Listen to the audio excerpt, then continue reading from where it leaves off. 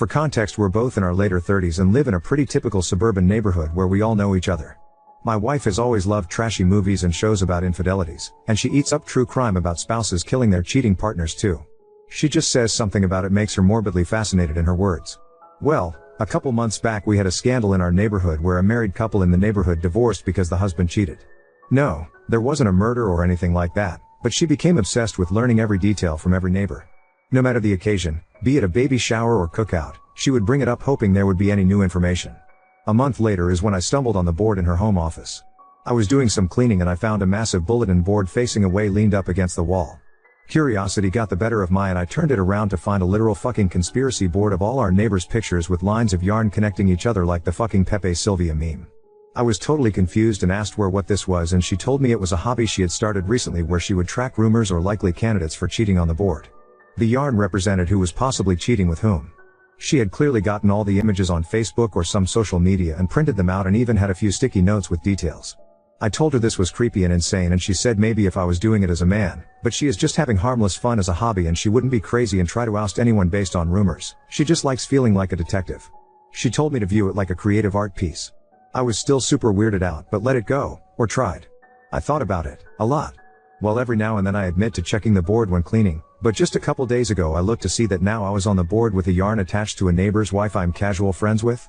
I asked her why she would add me if she thought I was cheating and she said that was a different yarn color for potential matches for cheating. She said if it makes me feel better she was planning on adding herself to the board soon. Well, I got pissed and kind of lost my temper about it. I told her to get rid of the board or our marriage will be in trouble. Things have been super rocky since. Sorry for the long post, I am starting to feel bad and it hit me more than usual this morning. Update 1. Anyway. Jesus Christ. Firstly, appreciate all of the concern and NTAs. It gave me the courage to approach her and tell her that while I may have overreacted by threatening our marriage, I think it is a creepy thing to do. She apologized and said she would get rid of the board. I thought we were good. Literally 2 days later. 2 days later. /T hits the fan. Our happily married next door neighbor finds a woman's bra under the bed that does not belong to her. It doesn't take long for the whole neighborhood to find out. Well, my wife is giddy, like jumping up and down for joy. She shows me the board, which she still didn't trash like she promised, and of course the husband was marked with yarn meaning he was likely to cheat. She told me the board was accurate after all and maybe she should keep her hobby around. I was definitely suspicious, so I looked at the board again later. It looked different from the last time I saw it before the latest scandal. Instead of the yarn connecting to another neighbor, the cheating husband's yarn connected to a post-it with a question mark. Firstly, it was the only question mark there and I swore it wasn't there last time I saw the board. So either she changed it after the cheating to prove a point, or slightly before it happened, which made me even more suspicious either way. Now I felt like I was the detective and I was going crazy. I went over to the cheating husbands to ask a few questions. The wife was staying at her parents' so it was just the two of us. I asked him if he actually did it and he said no, he would never. Then I asked if my wife had been over recently. He said one day while you were at work his wife asked her to water a plant they had while they were both away and told her where the key was, so yes. I immediately raised an eyebrow. I asked if he still had the bra and he was getting nervous and told me not to get the wrong idea. I said don't worry. He still had the bra and I looked at it. It was my wife's, but one I knew she almost never wore because it was from a lingerie set I bought her one Christmas she said was uncomfortable. I told my neighbor I needed to talk to my wife and ran out, but I told him not to worry. I approached her with the bra and asked her what was going on. She played stupid but I told her to cut the BS. I asked if she had either cheated on me with him or planted it there, either way she was in trouble.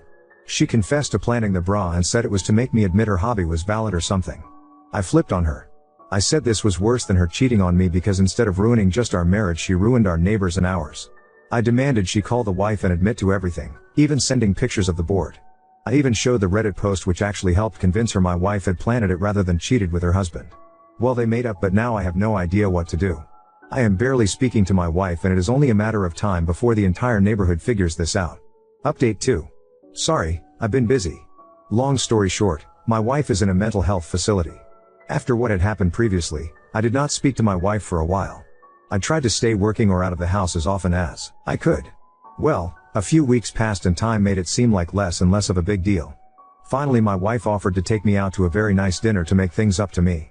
She told me everything was behind her and while I was avoiding her she had actually started online therapy to get help and realized now what she did was wrong. I really believed her and we had a great night. One thing led to another that night and yay lol. It took about 2 days after that for her to get a pregnancy test and she texted me the positive result. Yeah, I know some of you already think I'm an F/King moron, but it had been a rough year and this made me really happy. I started getting very excited. We started talking about turning my home office to a baby room, looking up ways to prepare, booking appointments, planning a shower, etc. A really fun but whirlwind week. Unfortunately, she told me the first ultrasound was at a time I had to be at work and she would have to go alone. Really bummed me out and I asked her to reschedule, but she said it was the only availability. Well, that next week she went and I waiting for an update or pictures or anything. Nothing.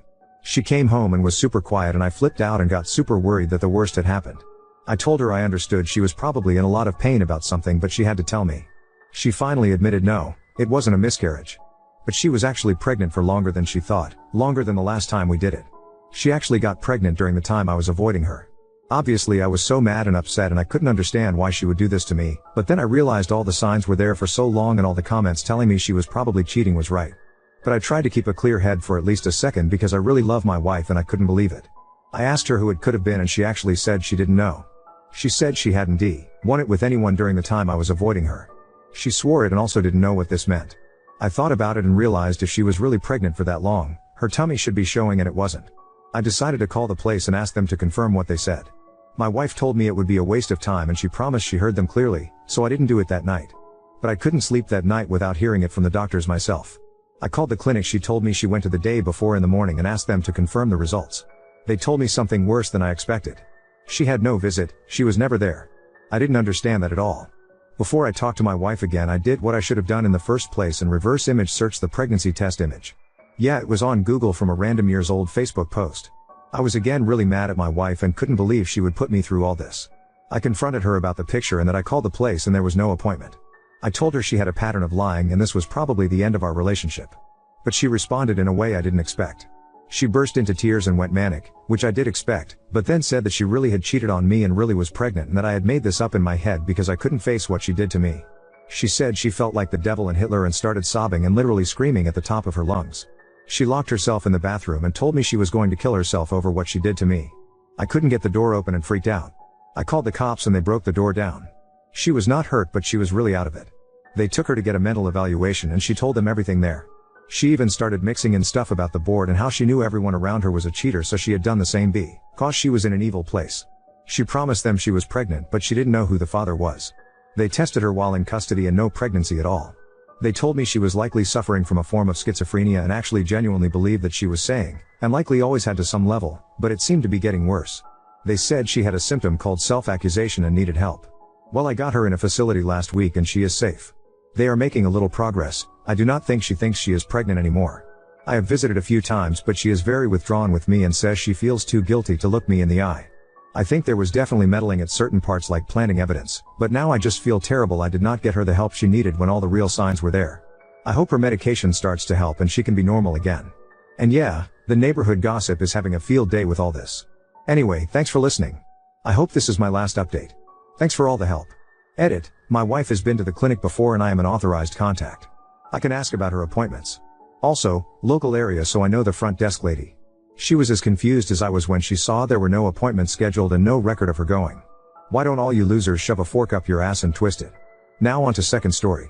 Discovered my girlfriend's secret obsession with male strip shows and her lies about them. Now I'm questioning our entire relationship. I, 28 male, and Jen, 26F, have been dating exclusively for 2 years and living together for 6 months. We live in the college town where we both earned our computer science degrees, but we didn't know each other in college. Jen is the classic cute nerd who loves playing video games and is a huge fan of Doctor Who. Jen has a good college friend, Amber, with whom she goes out with maybe once every 4 to 6 weeks. Usually, it's mething low-key like a movie or dinner and drinks.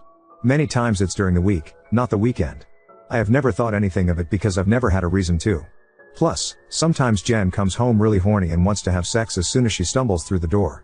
But other times she texts me to say she's going to crash at Amber's place. A few nights ago, Jen and Amber had a girls' night. She told me they were going to see a late movie and maybe grab some drinks after. Jen came home around 11 p.m., tipsy but not drunk, and basically jumps me in bed. We went at it until she fell asleep around 1 a.m. When I went to turn her light off, I noticed a pop-up on her phone with a QR code ticket passed to something called Men in Motion. I googled it. It's a traveling show with male strippers that travels around the country and puts on a male strip shows. And yes, the ticket was for a show tonight. Jan and I don't have an open phone policy, but I knew her password and I was more than curious. I checked her Eventbrite app ticket history and it looks like she has gone to a lot of these shows. I also looked at her photos and found a folder with over 100 pics of her with male dancers wearing not a lot of clothing. I'm struggling with the idea that Jen enjoys watching hot naked men dance and has been hiding it from me. I feel inadequate and uneasy about the situation. Although there's no evidence she cheated, there have been 2 nights she didn't come home that matched the dates of the shows. Yeah, I have a good memory. It makes me wonder if something more is going on. I've always trusted Jen, and I don't want to accuse her of anything without evidence. However, this whole situation is making me uneasy. How do I bring this up to her without making her feel like I don't trust her? And how do I deal with the nagging feeling that even more may have happened? Wibta, if I confronted her about this? Oop, yeah, I'm pretty sure she has straight up lied to me a few times. Update 1. The shock of knowing my nerdy Jen was regularly watching male strippers, along with low-key feelings of inadequacy, I'm okay looking but I'm not ripped, blinded me to the fact that the active deception on her part was the bigger issue. Anyhow, here is an update on what's happened. I knew I had to talk to Jen. At home Thursday evening I told her I saw the ticket on her phone the night of the show, and asked her why she lied to me that she was going to the movies. She was initially taken aback and defensive but eventually apologized for not being upfront. She said that she and Amber just considered it a fun and even silly girls' night activity. Jen admitted she kept it quiet from me because she wasn't sure how I would react and didn't want to make things awkward between us by even asking. It was just something fun and naughty. She admitted that this was not her first time attending a show like this, but she couldn't remember how many times in the past. Jen also said something I never thought of, that she felt safe going to these shows, as it was an all-women environment, compared to bars and clubs where guys get drunk and hit on women. She reassured me that these shows were just to have fun and not about any dissatisfaction with our relationship. She said at least 3 times that she finds me attractive and was very satisfied with our sex life. She even said if it would help me process things that she and I could go together to a club with female dancers. Neither of us have ever been to a strip club with female dancers but thought it would be similar, and I could see for myself that it was just naughty fun and we could experience it together. After a couple hours of talking she grabbed my hand and took me up to the bedroom to assure me that I am still the hottest man in her life. Next day I was satisfied with her explanation. Jen didn't tell me how many times she had gone to these shows, but I chalked it up to her being embarrassed at me finding out and not wanting to hurt me anymore. I also didn't ask about the pictures. I didn't want her to know that I had looked at her phone, and there really wasn't any smoking gun evidence of infidelity. But the next day something still just felt off. Maybe me just questioning myself and my naivety up until this point. So, I reached out to a mutual friend of ours, Kirsten. Kirsten was part of Jen and Amber's college friend group, and I knew Kirsten casually from a few classes we had taken together. Kirsten and I weren't close at all and I hadn't seen her since graduation, but we reconnected at her wedding a couple years ago. The wedding was just around the time Jen and I became exclusive. Jen and Amber were both bridesmaids. Jen took me as her +1.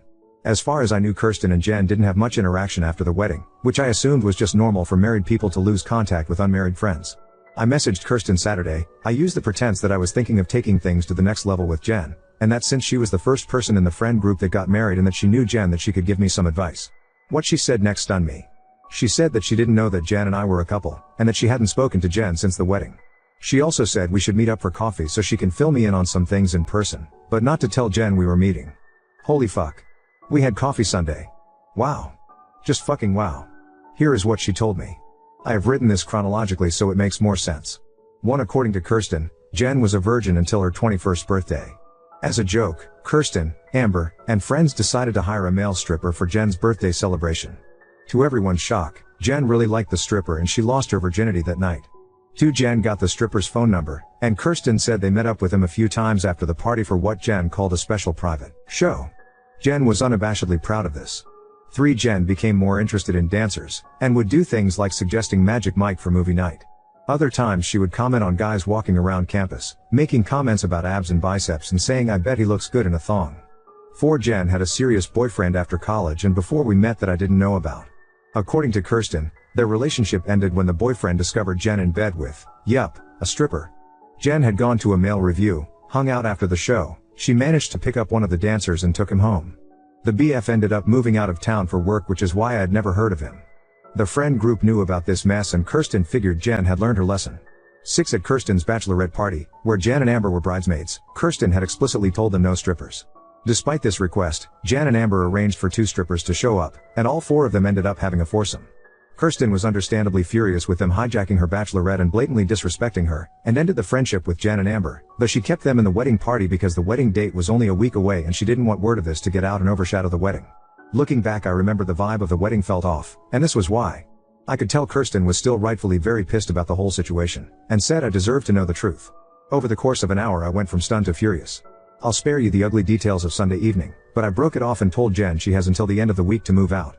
She was crying, screaming, begging, but at this point I had enough and told she could just fuck off and die.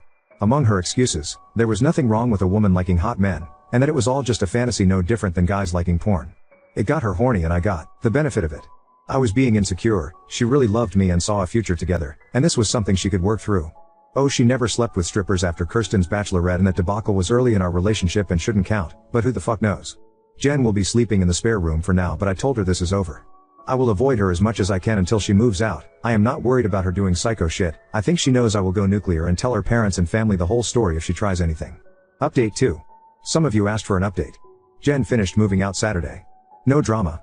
I mostly avoided her. She made some attempts at reconciliation, but I think she knew it was hopeless. Some of you made helpful suggestions to protect myself, but mostly weren't needed. I wasn't worried about her trashing the place. She's not crazy, she just got caught. She also knew that I would go nuclear if she tried any stunts. In all years together she has never seen me this pissed off. Hell, I had never seen me this pissed off. I also wasn't worried about her trying to spin some story for sympathy. Our respective families live in different states. Our friend circles, what's left of hers, don't overlap. We work for different companies. So there was no one for her to play the sympathy card on. Also, I wasn't worried about baby trapping, as I would never stick my dick in that again. Also, we are both well-paid IT professionals with plenty of disposable income and no desire to have kids. STD panel is clean. I did speak with Kirsten, former friend of Jen, to let her know what happened. One thing she said made me feel a bit better. She said that during and after college Jen was actually pretty selective in who she dated and was not into the casual hookup culture, and probably hadn't been with more than 5 guys total before me. With the obvious exception she had a hobby of fucking strippers. And yes, I know that Sue NDS fucked up writing it. But she probably wasn't running around with load of random hookups behind my back. So yes, I may have been naive, but not that naive. One of my friends said this whole thing reminded him of stories about men with loving wives and families but who have some kink that can only be satisfied by hiring street hookers. Losing her virginity to a stripper may have done something to Jen's psyche that could only satisfied with some jack dude with oiled muscles dancing in a thong. Not my problem anymore. I am doing as okay as can be in this situation. I'm not really depressed because I'm still pissed off about the whole situation.